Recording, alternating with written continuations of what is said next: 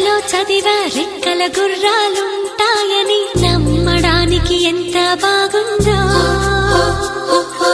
బాలమిత్ర కథలో చదివా పగడపు దీవులు ఉంటాయని నమ్మ